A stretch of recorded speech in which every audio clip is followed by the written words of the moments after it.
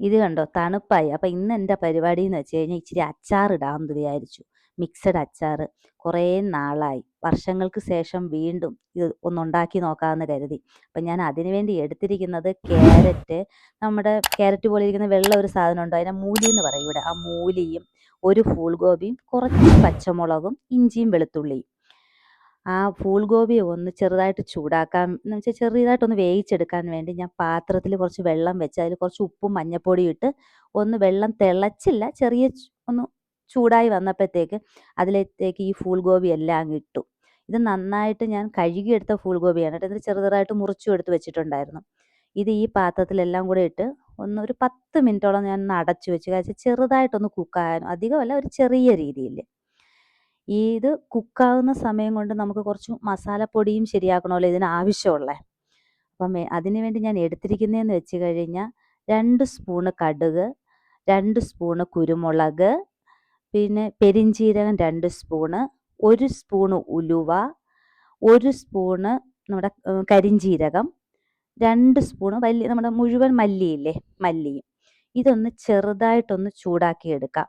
പക്ഷേ ഇതൊന്ന് ചെറുതായിട്ടൊന്ന് പൊടിച്ചെടുക്കാൻ വേണ്ടി. കരിയാതെ ചെറിയ രീതിയിലൊന്ന് ചൂടാക്കണം. അപ്പം ഇതൊന്ന് ഞാൻ നന്നായി ഈ തവയിൽ വെച്ചൊന്ന് ചൂടാക്കിയെടുത്തു. ചൂടാക്കിയിട്ട് ഇത് നമുക്കൊന്ന് ചെറുതായിട്ട് പൊടിച്ചെടുക്കാം.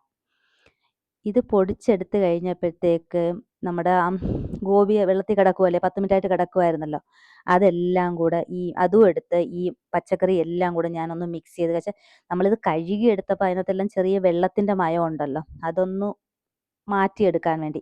അപ്പം ഫാനിൻ്റെ മൂട്ടിൽ വെക്കാമെന്ന് വിചാരിച്ചപ്പോഴത്തേക്ക് പുറത്ത് ചെറിയ വെയിൽ വന്നു. പിന്നെ ഞാൻ പുറത്ത് തന്നെ കൊണ്ടുവന്ന് വെച്ചായിരുന്നു ചെറിയ രീതിയിലൊന്ന് ഉണങ്ങാൻ. ചെറിയ രീതിയിൽ അത് ഉണങ്ങി വന്നപ്പോഴത്തേക്ക് ഞാൻ വെച്ചെന്നാൽ പിന്നെ ഞാൻ അച്ചാറിട്ടേക്കാമെന്ന്. ഒരു പാത്രത്തിൽ കുറച്ച് എണ്ണ ഒഴിച്ചു. പക്ഷേ ഇത് കടുവെണ്ണയാണ് കേട്ടോ ഒഴിച്ചത്. കടുവെണ്ണ ഒഴിച്ച് അത് ഒന്ന് ചൂടാവുമ്പോൾ അതിൻ്റെ ആ എരിച്ചിലൊക്കെ അങ്ങ് മാറും. അത് കഴിയുമ്പോൾ ആ എണ്ണ അങ്ങ് ഓഫ് ചെയ്തു.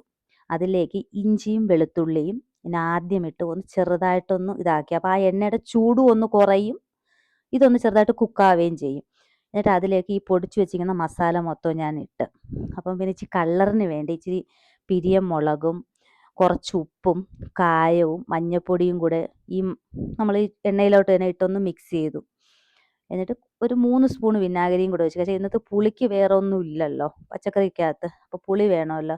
അപ്പോൾ അതും ഇട്ട് ഈ പച്ചക്കറികളെല്ലാം കൂടെ ഇട്ട് ഒന്ന് ഇളക്കിയെടുത്തു. പക്ഷേ ഇത് നമുക്കിപ്പോൾ ഉടനെ കഴിക്കാനൊന്നും പറ്റില്ല. ഒരു 3-4 ദിവസമെങ്കിലും ഇത് വെയിൽ കൊള്ളണം. അപ്പം ഞാൻ വിചാരിച്ചൊരു ടിന്നകത്താക്കി നമുക്ക് വെയിൽ വരുന്ന ദിവസങ്ങൾ വെയിലത്തോട്ട് വെക്കാമെന്ന്. അങ്ങനെ എൻ്റെ മിക്സഡ് അച്ചാർ റെഡിയായി.